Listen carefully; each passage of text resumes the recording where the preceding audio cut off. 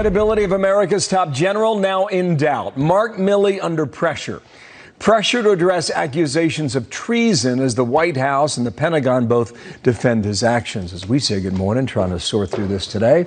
I'm Bill Hemmer. It is Thursday. Nice to see you, Dana. Nice to see you. You love Thursdays. Yes. Dana Perino, this is America's Newsroom. He's always loved Thursdays, and I like them too. Republicans are pressing for answers in response to a report that General Milley placed secret calls to China in an effort to undermine President Trump. So a senior defense official disputing that, the source telling Fox News the calls were done at the request of then Defense Secretary Mark Esper, and that these conversations were far from secret with more than a dozen other people on the line. Lawmakers will get a chance to grill Milley on all of this when he appears before the Senate Armed Services Committee on September 28th. Meantime, President Biden is standing behind his chairman of the Joint Chiefs. Sir, did General Milley do the right thing, sir? Thank you. Let's go. Thank you, guys. Thank you. General Milley do the right thing. I have great confidence in General Milley. He is a man of honor. He is a man who's the president's confident in his leadership, his patriotism, his fidelity to the Constitution. Former UN Ambassador Nikki Haley is here with a reaction. Trey Yingst is on the ground in Afghanistan. But first, let's go to the Pentagon. Lucas Tomlinson is standing by. Good morning, Lucas. Good morning, Dana. Some of the same people that didn't believe anything Bob Woodward was writing about President Trump now believe everything he's saying about General Milley. The Pentagon says these calls to China were not secret. They were routine.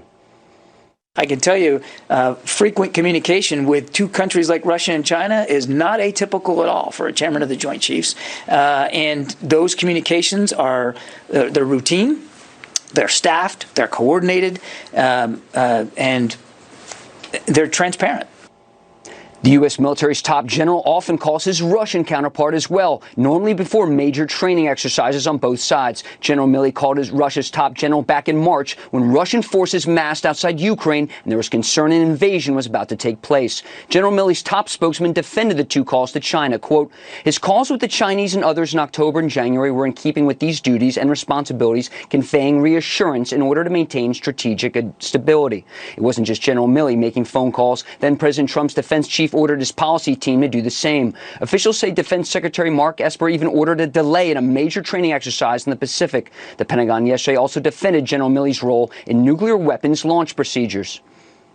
It is completely appropriate for the chairman of the Joint Chiefs of Staff, as the senior military advisor to both the secretary and the president, to want to see those protocols reviewed on whatever frequent basis that he wants to do that. Senator Tom Cotton doubts that General Milley would ever warn the Chinese about any potential attack. Dana? Thank you so much, Lucas. So with us now, former U.S. Ambassador at the UN, Nikki Haley. And Madam Ambassador, good morning to you. Not sure where you stand on this. Go ahead and weigh in. Where are we? Where are we going? Good morning. Well, the only thing I can do is refer it back to experiences I had. It is not uncommon that the Chinese will call or the Russians will call. You keep your enemies close. And they would call and say, look, should we be concerned? Is there something going on? The questions, there are more questions than there are answers. And the questions are, okay, exactly what did he say? Did he say, I would give you a heads up if something was happening? What I typically did was I would say, well, this is what the U.S. expects of you. And if you don't want any trouble, this is what you should do. I would immediately give that right out to the interagency so that every agency head saw the call that I had. And then I'd pick up the phone and call the president and say, I just talked to the Chinese. This is what they're thinking. This is what I said. Is there anything further you want me to do? It's that last part that's so important. And the reason why I say that's important is I talked about in my book, there were multiple members of the administration that thought they knew better than the president. That's a very dangerous thing. There is only one president at a time. And for you to go and have the call with the Chinese, there's nothing wrong with that. For you not to tell the president that you had that call with the Chinese and for him not to be aware, that's the problem, is because you want him to be all informed and at his best to proceed. You don't have the back of the Chinese, you have the back of your president. And that's the part that has all the questions. Madam Ambassador, Jonathan Swan of Axios reports that, again, this is all based on anonymous sources. The Woodward book, these reports, so I take all of it with a grain of salt. I know you do too. But he reports that Milley was acting on the instructions of then Defense Secretary Mark Esper. If that were the case, is what Milley did appropriate? Well, first of all, I think that you're right. These tell-all books, it's like there's one a week. And I think that as much as we're asking for answers from Milley, you have to ask the same answers from Woodward. They don't get to just say this and it be true. We have to ask Woodward where he got this from, or else we don't need to be justifying this. If Esper asked him to do this, it still goes back to the fact that Milley and Esper both should have had a conversation with the president and said, we have intel that the Chinese are worried we're going to start some sort of war action. We're going to give them a call. This is what we're thinking. Are you okay with that? The whole part is to not have communication with the president, to not discuss with him what you are doing is a real issue, especially if the Chinese think that you're about to go to war with them. That's no small issue. That's the issue that you bring in the commander-in-chief. So there are more questions than there are answers. I think we need to get answers to that. Look, everybody's suspicious of Milley when we already look at what happened in Afghanistan, but that's questions on Biden. You know, did Milley tell you don't do this in Afghanistan and you overruled him? And, you know, I think the fact that Biden is going on this COVID mandate, spree around the country is only him further distracting from what's going on in Afghanistan, what's going on in the border. Those are two very dangerous situations that need to be dealt with. And I think Biden's getting a total free pass on both of them. Well, that last point is very well taken, because the hearing on September 28th, a Tuesday, was all designed to set up for what about the drawdown in Afghanistan and how did that happen? And a lot of that is being lost now, Madam Ambassador. And I would imagine, unless we get answers or a transcript from the conversation itself, half that hearing could be consumed by this as opposed to the chaos in Kabul. Well, you know, the first thing I'll say is the reason Biden has full faith in Milley is because Milley didn't do this to Biden. If Milley had done this to Biden, he would be all upset and have the same issues and the same concerns. And look, if you'll do it to one president, you'll do it to another. This is where protocols need to be clarified. This is where, you know, a president needs to go in there and say, I don't care what it is. If you hear from one of our adversaries, if you make a call to one of our adversaries, I want to know about it. I want to know what's going to happen. That's the part that is missing. I'll tell you on the transcripts, I'm very cautious about releasing transcripts just because, look, none of our allies, none of our adversaries will talk to us if they know it's going to all go out to the American public. There is, you know, a lot of that is national security, and you have to be able to hold that. So I'm not quick to say release the transcript. I am quick to say pull Milley in, pull Esper in, let's get answers on Afghanistan. Let's get answers on protocols and how you're handling our adversaries going forward. Biden deserves to know it. Trump deserved to know it. And the American public deserves to know the protocols that are in place when an adversary calls. Thank you for coming on. Thank you so much. We appreciate you. Nikki Haley, thank you. Come back soon. Kabul, the chaos there, the border. We'll get to that in a moment here. In the meantime, you brought up a great point before we went on the air. You know, Democrats are moving forward the $3.5 trillion deal. That bill, that if passed, will affect fundamentally change everyone. America. Yeah, correct on that. I think that in some ways this story does benefit Biden because we're not focused on how they're going to raise taxes on Americans. But the other thing is just a point on this. So the National Review headline today is the General Milley story really a Mark Esper story? And asking basically if Milley was following Esper's lead, that's something not even hinted by Woodward and Costa. It doesn't make it a non-story, but it does give us a little bit more to chew on. And I have to ask this. Are the authors comfortable with this? Because they want to sell books, I get that. But General Milley is the chairman of the Joint Chiefs. So if this was a story, you would imagine the Washington Post would have wanted that out there beforehand as a news gathering organization. This happens a lot with books. But I would really wonder if the nuance and the context about all of this is not being reported based on the leak of the book. Are the authors comfortable with that? Book's out in 5 days, I think. I would imagine you'll see interviews with Woodward and Costa this weekend. We'll see. And the invite is welcome to both men to join our program. Also, here. Fox News is following the unfolding chaos in Taliban-controlled Afghanistan from all angles. That includes a rare one-on-one interview with a leader of one of the groups. Dana, good morning. The Taliban says the United States is not living up to the Doha Agreement. Today we spoke with Anas Haqqani of the infamous Haqqani Network. He's personally responsible for ordering hundreds of suicide bombings. He was previously imprisoned at the U.S. Bagram Air Base and today is speaking out about the U.S. troop withdrawal from Afghanistan. Getting Americans out of Afghanistan was always the aim of the Afghans. That's why they put suicide vests on their bodies. Getting them out now is a big victory achievement for Afghans. You'd also be proud if your heroes kicked out invaders from your land. I also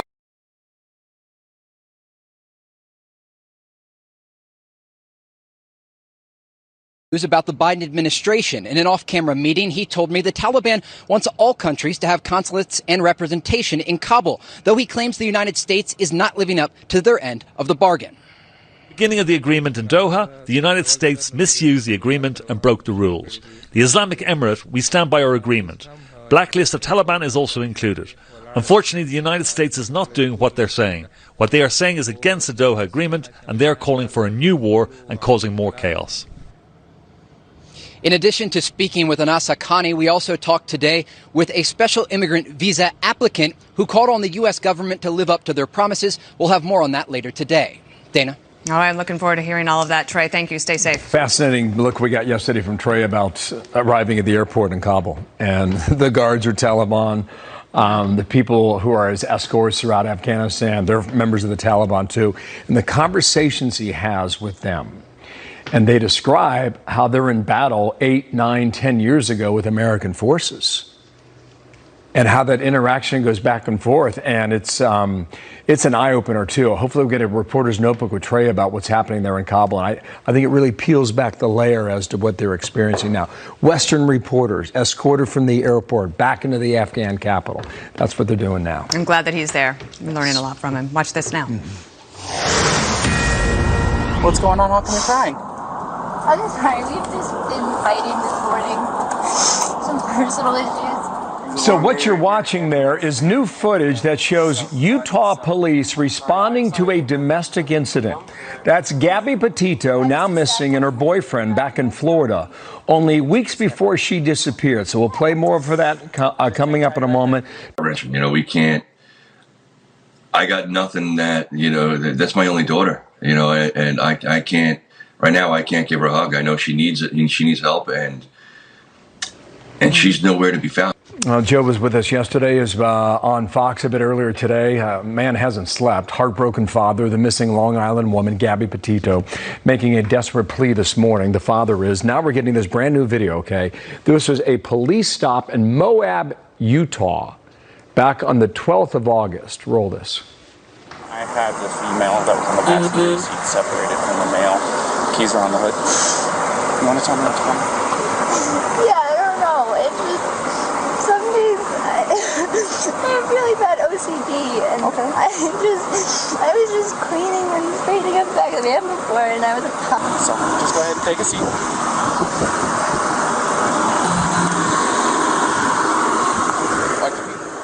So clearly from that video, you can see a visibly upset Gabby after a fight with her boyfriend, Brian Laundrie. Police have named him a person of interest in the case. That happened late yesterday. Carly Shimkus at her post, Northport, Florida. With more there, Carly. And according to the police report, neither one of those individuals wanted to file a police report against the other. What else do you have there now in Florida? Yeah. Good morning. Well, we have been outside Brian Laundrie's parents' house all morning long. We haven't seen any activity, no lights that have turned on that we can see, no doors opening. Everybody is remaining inside. It is believed that this is where Brian came back to after he left that road trip without Gabby Petito, the one that he started on July 2nd. They were touring national parks and documenting their trip for a YouTube series.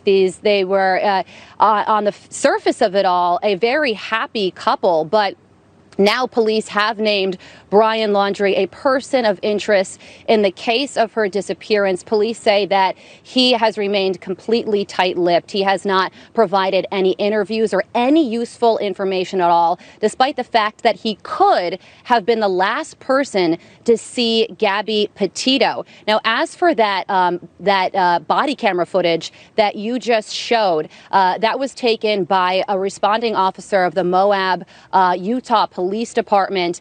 They were responding to a disturbance of some sort that took place on August 12th.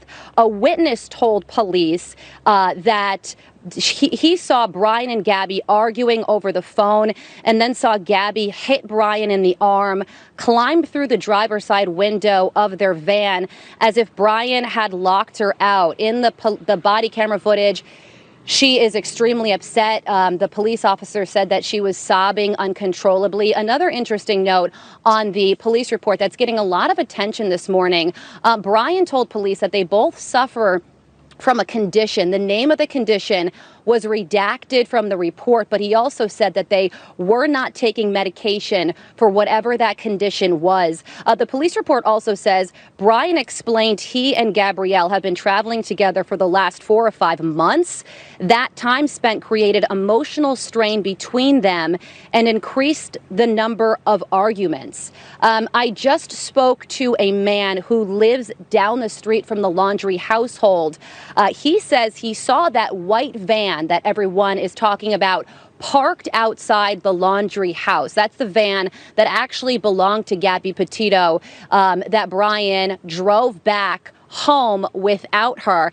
He says he saw it outside the house. His wife saw police take it away.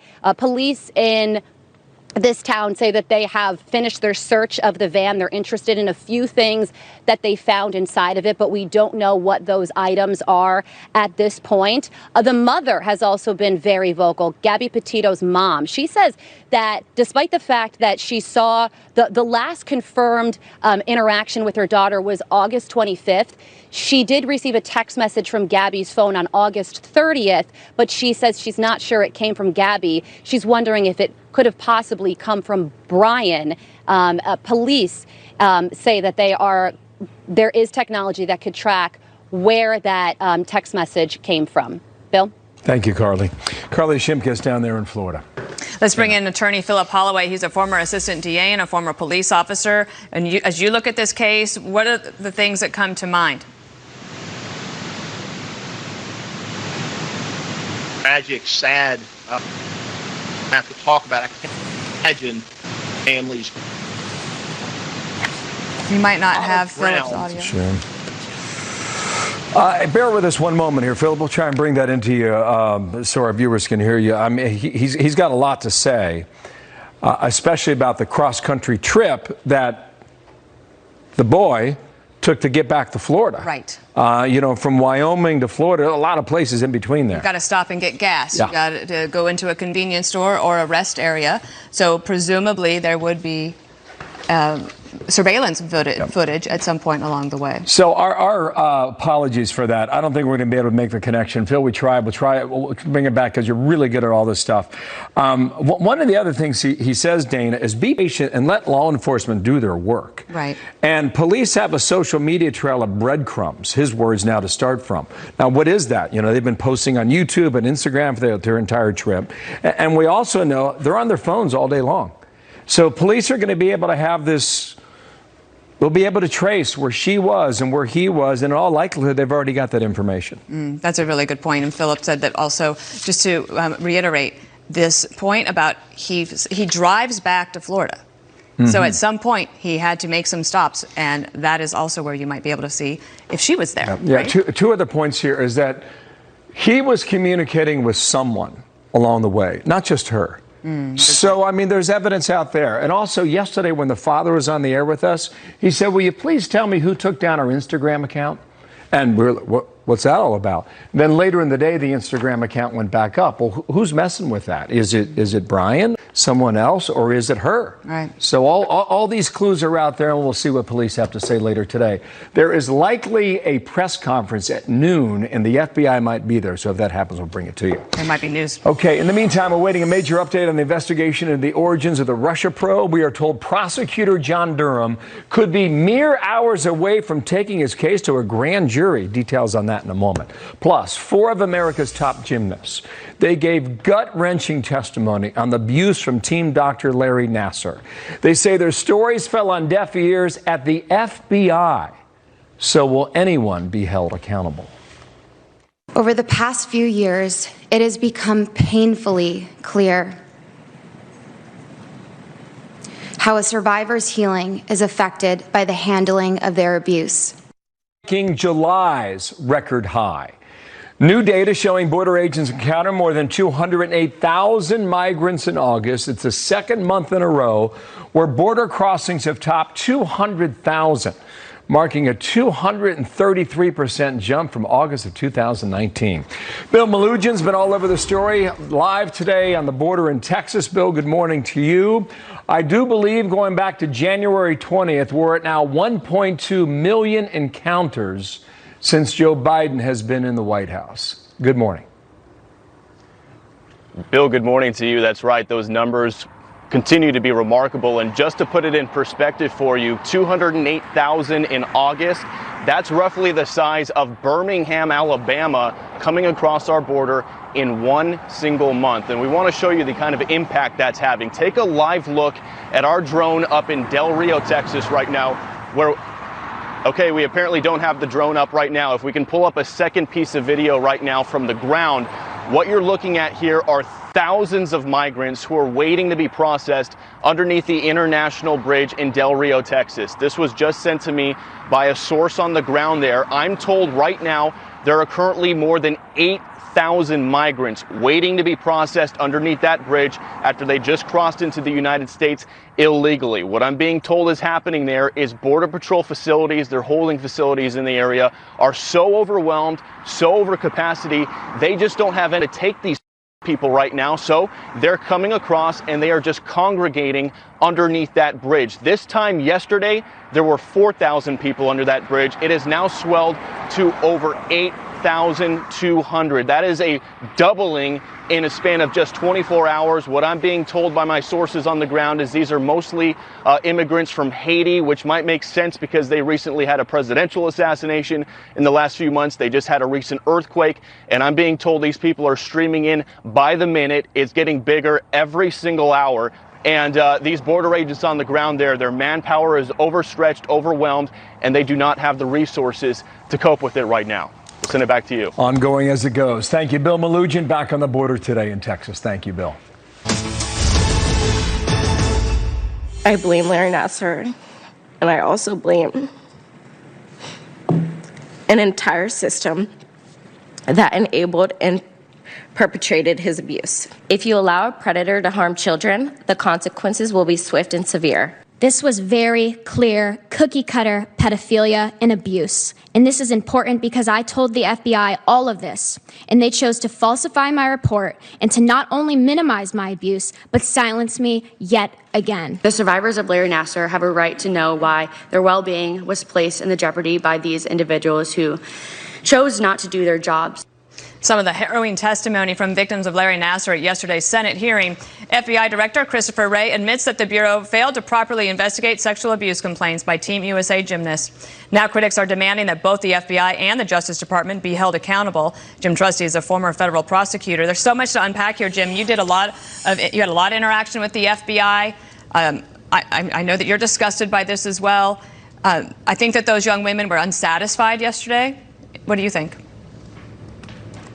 They should be. I mean, this is not just a function of negligence. This was actually corruption by the special agent in charge in Indianapolis. He got these reports mishandled it from the get-go in very strange ways. First of all, handling it himself, which is not what you normally do in the FBI. You assign it to one of the line agents. Not documenting things, doing a telephonic interview of Michaela Maroney. That's not how you treat sex offense victims.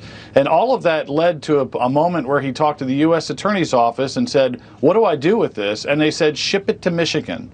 And that's the crux of the problem here. At that point, this special agent in charge, for, I think, corrupt reasons, refused to send the case to Michigan, lied about it to the Inspector General, and an 8-month delay in the investigation followed. What could the corrupt reasons be? Well, on the back end of the Inspector General's report, in a very antiseptic way, as they usually write it, they talk about how this guy went to a bar with the official from the U.S. Gymnastics Organization. And they sat in the bar and he said, you know, this is really a horrible story, this Dr. Nasser thing. It's really bad for the FBI. It's bad for U.S. Gymnastics. And essentially commiserated on the fact that it's going to be public and wanted to get in front of it. But the purpose for the bar meeting, apparently, was he wanted to lobby for a job as like a head of security position with the U.S. Olympic Committee. So he wanted to retire from the FBI and cash out by burying the story of this molestation and using that as leverage to get a job with the U.S. Olympic Committee. It's flat out disgusting. Absolutely. You took the words right out of my mouth. I was going to say disgusting as well. Here's Michaela Maroney about that burying of the report. They chose to fabricate. They chose to lie about what I said and protect a serial child molester. What is the point of reporting abuse if our own FBI agents are going to take it upon themselves to bury that report in a drawer? And now, Jim, I want you to listen to Christopher Wray. He's now the director of the FBI. This is what he said yesterday. I'd like to make a promise to the women who appeared here today.